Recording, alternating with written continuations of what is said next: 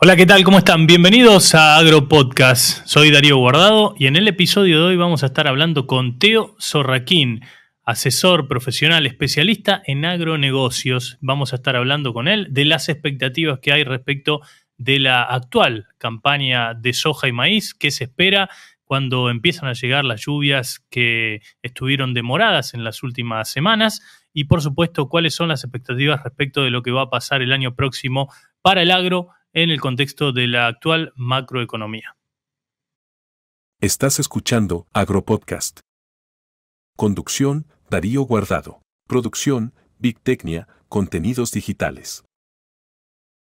Bueno, comenzamos nuestra charla con Teo Sorraquín, asesor de agronegocios. Bueno, Teo, gracias por este contacto con AgroPodcast. Contanos un poco qué análisis puedes hacer de esta realidad que se está viviendo en medio del debate parlamentario, con esta ley que parecía que iba para adelante y ahora vuelve a comisiones. Bueno, ¿qué análisis haces respecto de lo que al agro le llega, ¿no?, de esta ley? Hola Darío. Es una pregunta de tipo amplio que probablemente merece, según el enfoque que le pongas, tiene más de una respuesta. Si uno lo mira como un observador de la política, no como alguien que vive de la política, vos decís, che, otro tiro fallido para intentar un cambio, ¿no? Y a su vez lo miro y digo, che, hacía falta tirarle toda la munición junta, o sea, una ley de 600 artículos.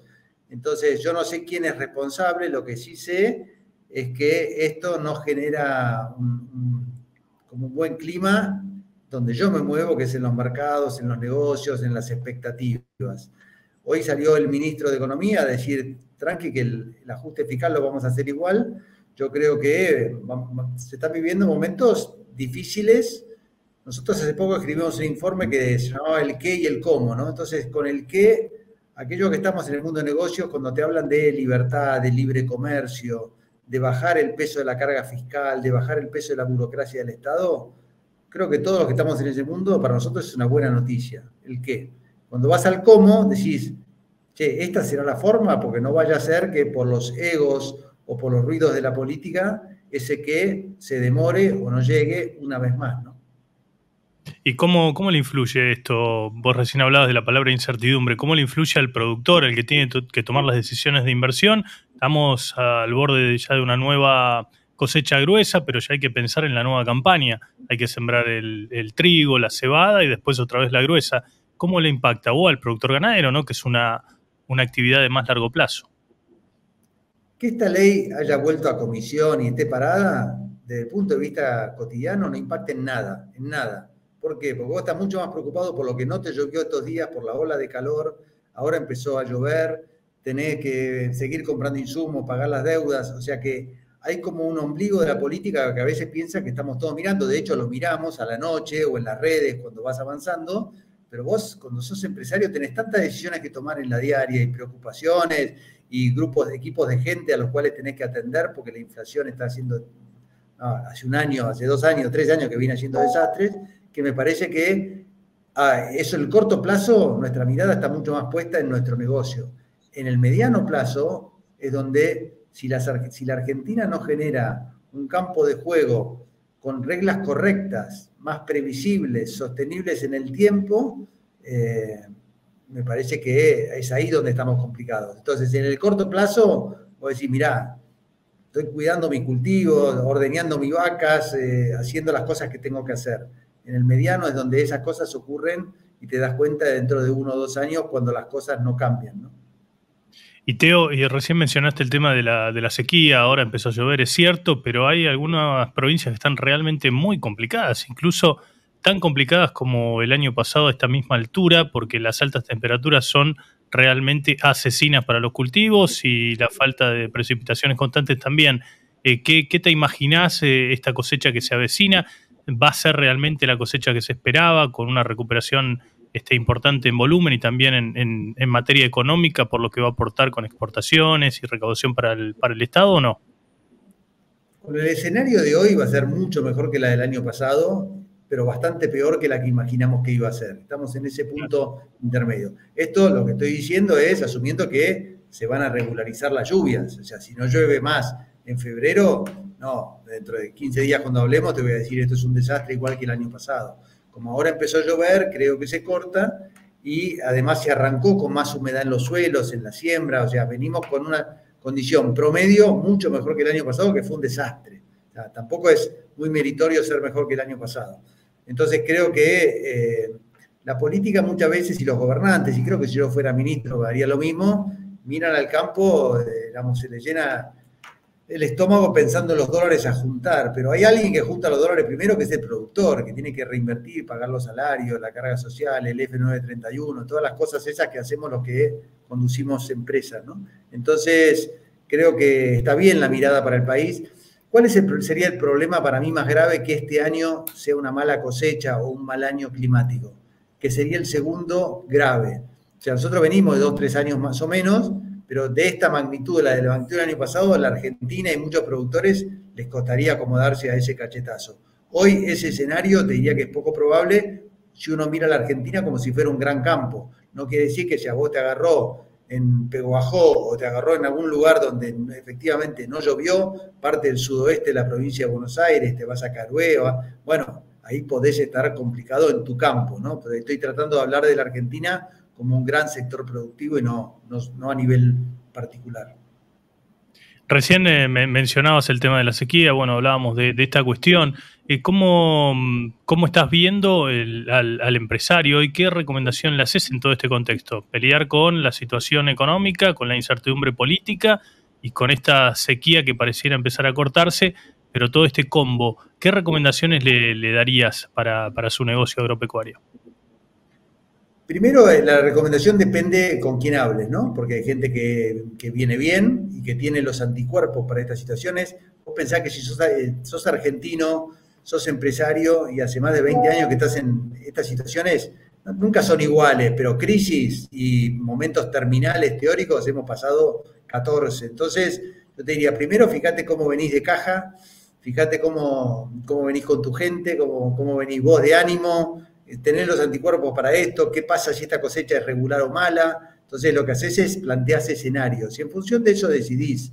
Las empresas en el corto plazo sobreviven no con la renta, sino con la caja, o con la finanza, con poder tener stock de trigo, grano, venderlo, una vaca, digamos, generás eso. Ahora, en el largo plazo, vos vivís de la rentabilidad. Si no hay renta, entonces hemos tenido años de muy buenas rentas. Hemos tenido un año como el año pasado, que fue un año de muy mala renta, y cuando vos proyectás esta campaña en agricultura para los números de precios que tenemos hoy y en los niveles de costos, la campaña va a ser floja a nivel de resultado económico. Por supuesto que China empieza a comprar de vuelta y esto se da vuelta, pero hoy la proyección es, guarda que vamos a números de rindes no tan altos, de precios bastante más bajos que lo que veníamos, de costos de insumos un poco más altos. Bueno, guarda.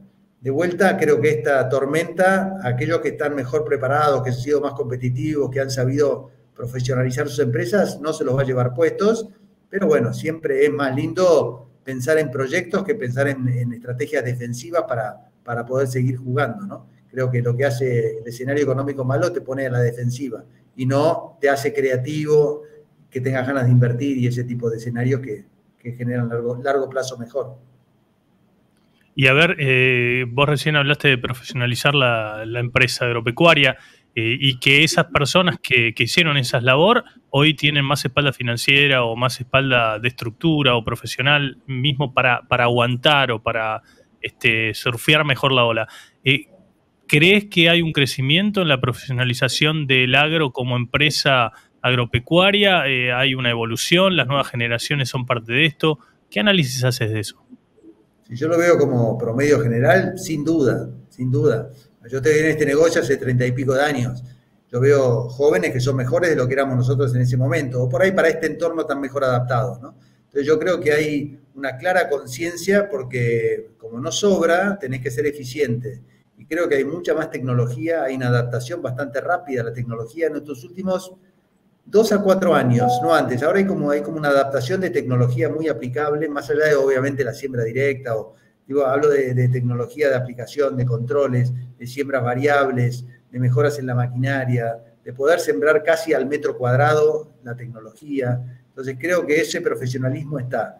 Después tenés un profesionalismo que tiene que ver con el manejo de las finanzas, que en cierta forma cualquiera que maneja un negocio de estas características, hay algunos momentos en el año que le sobran pesos.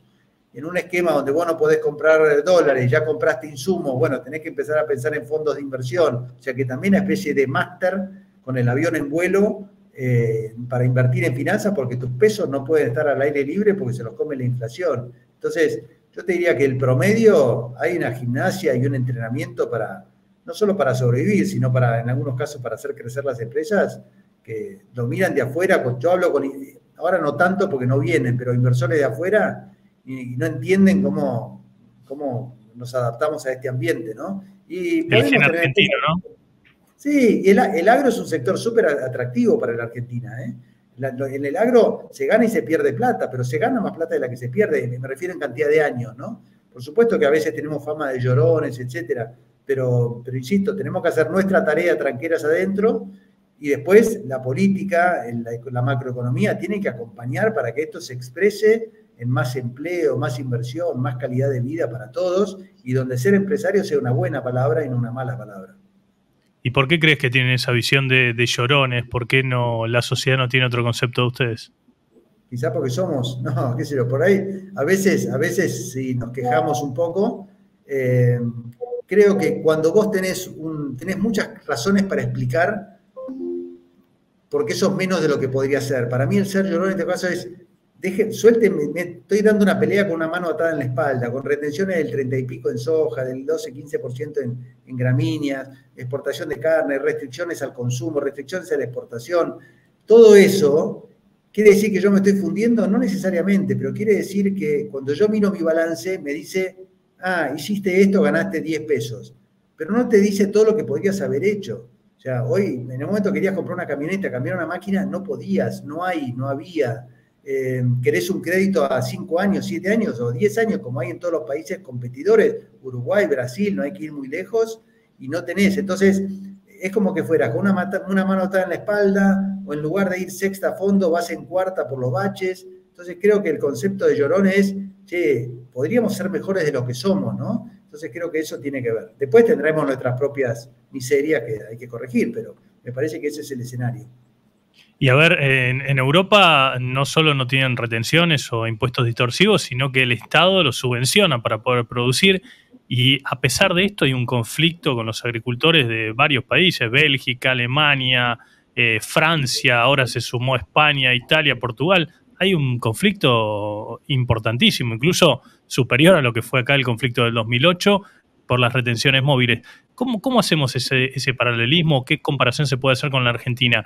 Nosotros, a pesar de eso, somos súper competitivos. Tenemos impuestos, presión fiscal, impuestos distorsivos y no tenemos subvenciones. ¿Por qué crees que pasa esto? Somos súper competitivos, es una buena definición. Creo que eso es así. Pensá que parte de los agricultores franceses o los agricultores franceses no quieren un acuerdo con el Mercosur porque dicen, no, guarda, que nos van a llegar alimentos mucho más baratos de lo que producimos nosotros. Entonces creo que el conflicto europeo tiene distintas razones. Una es que los sobrecostos, en otro caso la presión fiscal, en otro caso la presión ambiental. Países como Irlanda o como Holanda están proponiendo matar vacas por el tema del supuesto calentamiento global, de la emisión de gas metano. Las restricciones insisto, ambientales en general también en la agricultura están haciendo aumentar los costos. Ese combo, y evidentemente los tipos son muy combativos porque te meten un tractor abajo de la Torre Eiffel, hace que tenga mucha visibilidad. La visibilidad que nosotros tuvimos en el 2008, cuando realmente ya era un escándalo y se acabó la paciencia, ¿no? Entonces creo que tiene que ver eso. Ahora, un productor europeo tiene una mucho menor escala que la nuestra, tiene un entorno mucho más confiable, pero también tiene una alta presión fiscal, y en términos de economía, el aporte al Producto Bruto que hace la agricultura en un país como europeo, de los principales, es muy baja en relación al aporte que hace en la Argentina o en Estados Unidos. Entonces me parece que el peso también tiene que ver con una situación que está más amenazada. Los subsidios existen, y esta visión post-Segunda Guerra Mundial de en Europa no pueden faltar alimentos, la nueva generación la ve más lejos. Entonces dice, bueno, por ahí no hace falta que me fumiguen voy y compro en África o compro en Sudamérica los alimentos, y esa discusión está generando muchos problemas sociales. ¿Y qué esperas de este conflicto? ¿Crees que se va a resolver rápido o es una cuestión que no tiene vuelta atrás? Y también te pregunto, ya que lo mencionaste, si crees que el acuerdo Mercosur-Unión Europea va a tener algún tipo de salida o de definición, teniendo en cuenta que Europa está totalmente en contra de esto. A tu primera pregunta no tengo idea y no quiero tener la soberbia de ponerme a opinar sobre el conflicto europeo, cuánto puede durar. A gatas puedo opinar sobre cuánto duran los conflictos nuestros, con lo cual te diría que esa te la dejo para alguien que sepa más de geopolítica, me parece. Tu segunda pregunta era si... Yo no me acuerdo, te me preguntaste el segundo, perdón. Respecto, digamos, del acuerdo Mercosur-Unión Europea, si alguna vez va a poder resolverse, teniendo en cuenta que los europeos prácticamente no quieren que llegue a buen puerto. Yo creo que hoy no está en la prioridad de nadie, ¿sabes? Está en el discurso de algunos, pero no está en la prioridad de nadie. Y con el peso relativo que tiene Francia hoy dentro de la Unión Europea y el fuerte rechazo que hay ahí, no es algo que yo imagine en un futuro cercano. Y a ver, ahora volviendo al escenario macroeconómico local, ¿qué esperás para el dólar? ¿Qué crees que va a pasar? ¿Y cuál es el dólar que necesita el agro? ¿Crees que va a haber una próxima devaluación, teniendo en cuenta la aceleración que ha mostrado la suba de los precios y que la devaluación que hizo Milei cuando llegó al gobierno parece como que ya está quedando corta? Sí, depende de lo que pase con las retenciones. Lo que uno tiene que mirar es el tipo de cambio real, ¿no? Entonces vos me decís, ¿el tipo de cambio se está atrasando? Sí, claramente, con lo que llaman el crawling peg, o lo que se va deslizando hacia arriba. Devaluación en la Argentina, si vos tenés inflación en el 20, la vas a tener. El 2, el 4, el 8 o el 20, pero la devaluación va a seguir existiendo porque el peso pierde mucho valor y tenés que acompañar. Entonces, hoy se atrasó un poco respecto al salto inicial de 800 pesos, que todos esperábamos algo más parecido a 650, fue 800, o sea, quedó un colchón. Si esto además le subían las retenciones, como en el proyecto de ley, lo que ibas a tener es una pérdida aún mayor de tipo de cambio. Entonces, con este dólar se puede trabajar, sí, en la medida sí o sí, que la inflación baje del 25 al 20, del 20 al 15, del 15 al 10. Si esto no es así, lo que todos, ya el mercado lo está previendo, los mercados de futuro del dólar lo están previendo, va a ser una devaluación superior. Cuando vos ves las expectativas de lo que se llama el REM, que es el Banco Central, ya están esperando para fin de año un dólar de 1.700, para marzo un dólar de 900 y pico, o sea que, y yo creo que el Ministerio de Economía no va a dejar que esa variable se haga triza. Por supuesto que es una pelea entre la inflación, el ancla de las expectativas, pero Argentina necesita sí o sí ser competitivo para exportar. Con lo cual, aunque sea de asaltos, el tipo de cambio va a terminar acompañando la inflación. Vos recién dijiste... No sé si va a ser en marzo, pero que lo va a acompañar. Vos dijiste 1.700 a fin de año. Bueno, el Bank of America dio un dólar oficial, oficial de 2.700 para fin de año. Me parece un poquito exagerado, no sé cómo lo ves vos. Por eso, me guío mucho por lo que hace el REM, que es el registro de expectativas de las principales consultoras que tiraron ese dato. De vuelta, es un poquito de magia. Cuando uno habla, escuchás a Juan Carlos de Pablo que te dice, qué sé yo cuánto va a valer. Pero bueno, uno arma expectativas. Uno sí puede tomar un dólar futuro en el ROFEX, o sea, podés vos comprarte tu dólar y pagar las diferencias cuando hay, o sea, que te permiten una estrategia un poco más sofisticada, también calzar el tipo de cambio, ¿no? Y que va más rápido, el tipo de cambio del ROFEX asume una devaluación muy superior al 2% que planteó el ministro, pero bueno, eso es una estrategia. ¿Qué expectativas tenés para la próxima campaña? Superando ya y descontando que la cosecha con las lluvias va a ser buena, ¿qué expectativas tenés en un contexto macroeconómico que todavía es incierto, más allá de las medidas que viene tomando el gobierno de Milei? Lo incierto de la economía, mi experiencia es que no frena la actividad. Las certezas a veces lo frenan, pero el incierto, el no saber, mi expectativa es que el año que viene, a ver, en Argentina es un número medio mágico, pero entre el 60 y el 70% de las actividades productivas de extensión se hacen en campos alquilados. La agricultura más que la ganadería y más que la lechería, pero todas difícilmente bajemos del 50 en un promedio ponderado. Entonces, mi impresión es que todo eso va a seguir, no se va a dejar campos sin sembrar, alguno que te quede muy lejos del puerto, pero eso, y lo que vemos viendo en los últimos años es que aún con expectativas inciertas, los valores de los alquileres no bajan o bajan un año y vuelven a subir. Entonces mi escenario es, la agricultura va a continuar. La ganadería, con los números de hoy, la expectativa de hoy, no debería achicarse, no la veo creciendo violentamente, pero debería recuperar las 500.000 o el millón de cabezas que se perdieron el año pasado. Y en este escenario extensivo, la lechería, que está estancada entre 10 y 11.000 millones de litros de leche por año, creo que vamos a seguir ahí, con una renta un poquito mejorada. Venimos de un desastre los últimos meses entre el clima y el precio y el aumento de costos de arrendamiento, el dólar soja, todo lo que hizo el gobierno anterior generando distorsiones, le pegó mucho a la actividad lechera. Ahora estamos en un proceso de recomponer algo, pero no lo veo explotando el año que viene, que eso es lo que pasa. Se va a hacer todo, pero en lugar de producir los 180 millones de toneladas de grano que podemos hacer, produciremos 120, 130, 140, porque vas a poner un poco menos de fertilizante, no vas a ir a fondo. Entonces me parece que eso es lo que no vamos a medir. Pero agricultura se va a hacer. Creo que el campo, el agro y la energía probablemente son los dos drivers, los dos pilares en la cual la Argentina se va a tener que apoyar en los próximos años, que no le quita mérito a ninguna otra actividad, pero son relativamente, en términos relativos, dos actividades generadoras de divisas, generadoras de empleo y generadoras de ocupación social, digamos, donde vos vas, hay producción de alimentos, producción de fibras o producción de energía. Entonces, creo que eso para Argentina, esos dos pilares van a seguir siendo relevantes. Teo, gracias por este tiempo, por la entrevista. Como siempre, brillantes tus conceptos, así que la seguiremos en otra oportunidad aquí en AgroPodcast.